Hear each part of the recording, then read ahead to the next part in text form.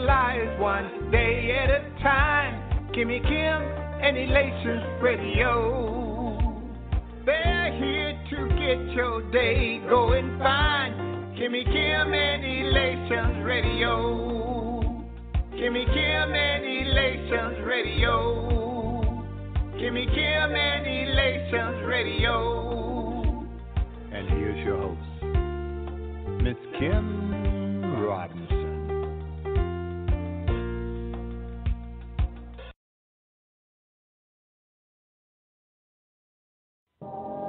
Oh, Heavenly Father, how thankful I am to be able to commune with you daily, God. The fellowship in the dark hours, God. To lay before your altar in your immediate presence. Oh, how unworthy we are, for we broke that chain of communication in the beginning. When Eve was deceived by the serpent and took the fruit, and Adam wasn't there as the man, as his rightful role, be the high priest. Hey.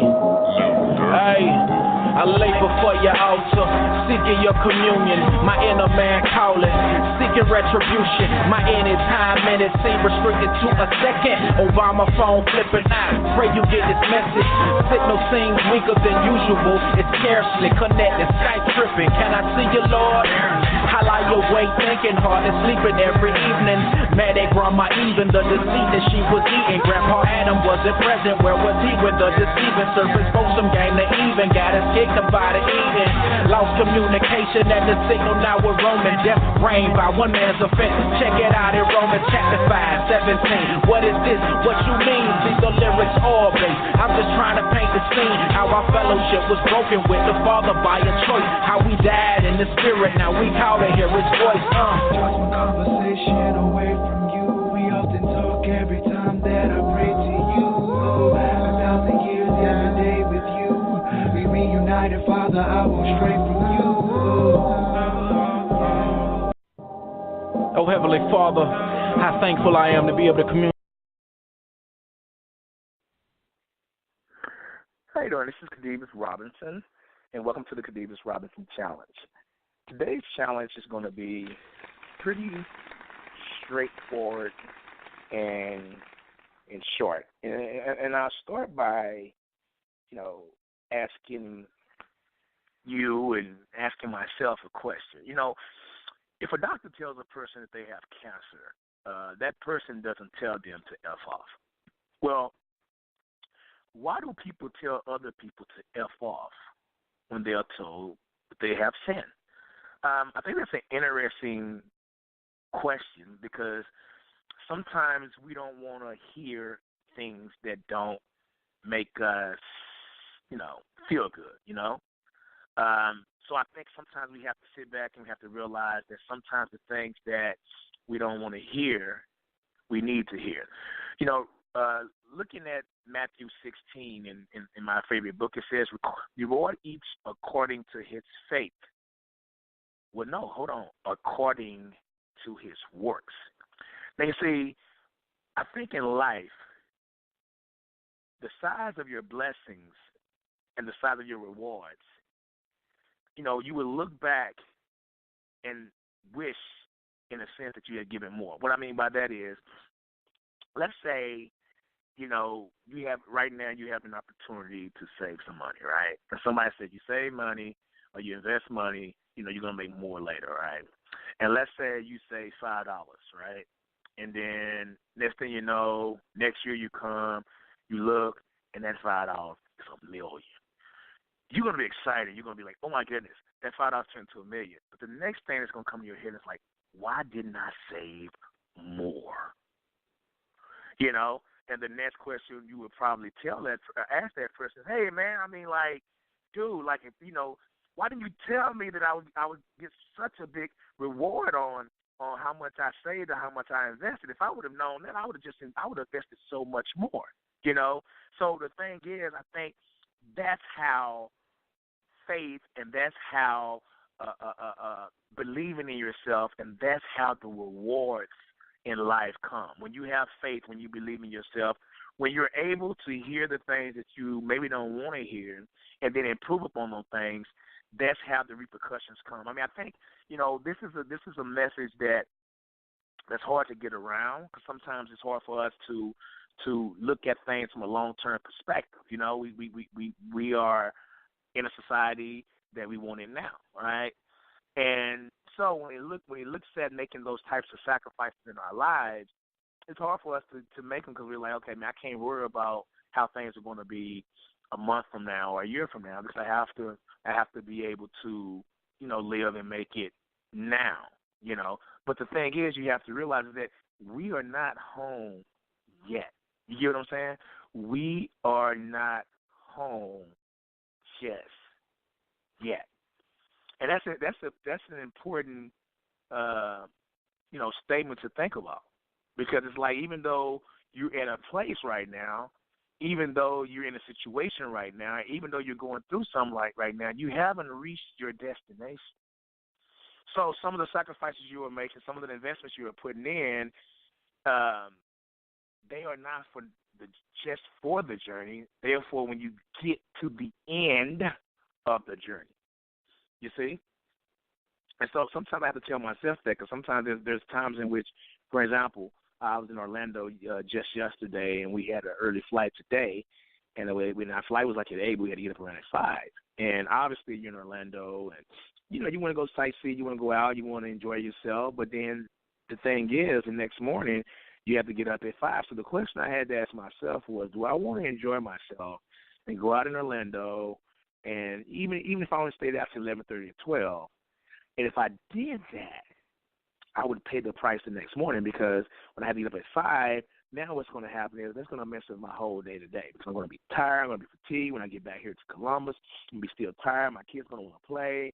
I'm going to be dragging along. Or do I take my butt to bed, get that sleep, and then have a better day today? That's the question I had to ask myself, and I chose to get some sleep and get some rest. And now I'm going to make the best out of this day. And, you know, obviously yesterday was still a good day. But I think that that's something that we all have to think about when we're looking at our goals in life and we're looking at which direction we're trying to go in life. We have to ask ourselves, you know, what are we willing to sacrifice? What are we willing to invest? How much are we willing to invest? You know, it's not just a matter of saying I'm going to invest resources and money. It's also a matter of saying I'm going to invest time. There's nothing. I'm going to invest my heart. I'm going to invest my soul because, you know, everything is energy. And how much you're going to invest, and you invest according to you know how much you think you're going to get back. You know, so I always tell people when it came to running track and field, because I expect a lot from my efforts, I put a lot of effort in. See, some people don't expect a lot from their efforts. And if you don't expect a lot from your efforts, then I can see why you don't put a lot in. But if you expect a lot from your efforts, then you'll put a lot in. And obviously the thing that becomes a challenge for people that really have a passion and have love and let's say, you know, goodness in their heart, is sometimes we do things not because of what we're going to get back necessarily. You know, I'm always reminded about when I lived in California. There used to be a homeless guy who used to always come kind of close to where we lived, and he was always asking for money. And I had made it at some point, at one point in my life, I had made it my own personal challenge to every time I saw this guy, if he asked, I would give him $1. Every time. It didn't matter any situation. It didn't matter if he was drinking. It didn't matter nothing. It didn't matter how I felt. If I had $1 and I'm walking, he asked. Now, I wouldn't just give it to him, but if he asked, I would give him $1. And so I did that, and obviously the guy's not stupid, so he realized that, man, every time I ask this guy for $1, he gives me $1, you know. So I give him $1. And then I remember having a friend that was with me one time. He said, dude, I can't believe you're giving that guy $1. I said, why not? He said, because, you know, I mean, you don't even know what he's going to do with the $1. He's going to probably go buy some alcohol, some drugs and stuff. But I said, what do they have to do here? He said, what do you mean? You don't mind him going and buying this or doing that? Well, I said, that's not why I'm giving it to him. He said, wouldn't you want him just to go buy some food or use it for deodorant or something? I said, if I wanted him to buy food or use for deodorant, I would have just bought him food. I got him some deodorant and gave it to him. See, I'm giving because I want to give, right? And not necessarily because I'm trying to get something back, because I just felt like something in me that said, you want to give. And what he does with it is upon him because he's going to get that spirit. He's going to feel good about giving. Who knows how this man might rebound from that one day, and he might have an opportunity to give, and he's going to be able to say, you know what, there was a time when someone gave to me, not knowing what in the world I was going to get, what in the world I was going to do with the money that he gave out of the kindness of his heart. And so that's kind of how all of this works through your faith, through hearing things that might not be pleasant to your ears. As we get older, there are far more things that we have to learn to just totally ignore and not let get to us, because that's kind of what keeps a lot of us from reaching our goals. And I've realized I've done that a lot. I cut out TV. I don't watch TV. And so that was for me to free up my time. But then, I picked up other little small habits that really still distract me. But one of the things that really I think that holds me back the most is kind of caring. And not caring in the traditional sense, but caring what people think. Always caring if someone thinks you're nice or you're being good or you whatever. You're religious, you believe whatever. And I recently got a book. Actually, I bought this book when I was going to London. It's by Mark Manson. It's called The Subtle Art of Not Giving a Fuck. Excuse my language. And the thing about that book was saying that not giving up is an art because it comes natural for us to care what people think about us. But if we're going to reach the goals we have in life, and that's not just the monetary goals, because the truth of the matter is the game's fixed. What does that mean? It means at the end of the day, we're not here to stay. And you can't take it with you. And that's just the reality. Yeah, you would have a good experience while you're here with more money or with more resources or whatever, but at the end of the day, I mean, give you an example. When I was in Orlando with the team, we rented essentially huge houses. I wouldn't call them mansions, but they're huge houses, 8-10 bedroom houses, really nice pool. The whole nine. It's just extremely nice house and extremely nice little community with every house has a pool and it had a water park in the community. It's a small community, but it's just a really nice community. And you're in this area and you're in Orlando and it's sunny every freaking day and the weather's great. And coming from Columbus, Ohio, where it's still cold, you're like, man, this is nice. And so you have all this. You can go to Disney World. You can go to ESPN Wild World Sports. We found us a Caribbean Jamaican restaurant that had jerk chicken, which is delicious. Found us another barbecue place, and it was just awesome. The weather was awesome. You can work outside. You can work out, go to weight rooms, all this stuff. But even with all of that, many of us after 4 or 5 days found ourselves saying we wanted to come home. Now, how does that sound? You're thinking, if you're in Orlando and it's sunny and warm, the weather's great and everything's going well, why would you want? Because it's not always about the resources. It's not always about the material thing. You see, we wanted to come home because, my kids are here, so I want to be around my kids. So I would rather be around my kids in cold weather than not be around them in warm weather. You see? And that's kind of how life is. We have to start realizing that in our pursuit of finding the things that we think will make us more happy, we think will make us more prosperous, we think will make us more successful, we cannot miss out on the things that are the real things, the things that really count. As my kids are getting a little bit older, my oldest son is 10, and I'm already in panic mode that by the time he's 18, he would graduate from school and be off to college. And I'm like, man, I only have 8 more years. I have to soak it up, So now the challenge for me is, am I going to use more time spending it with him and them, or am I going to continue to try to chase this dream, which is something that God put in my heart, and in an effort to say that if I can reach this dream, not only will I be happier, I have more money, I have more resources, we do more things. See, that's a scary balance.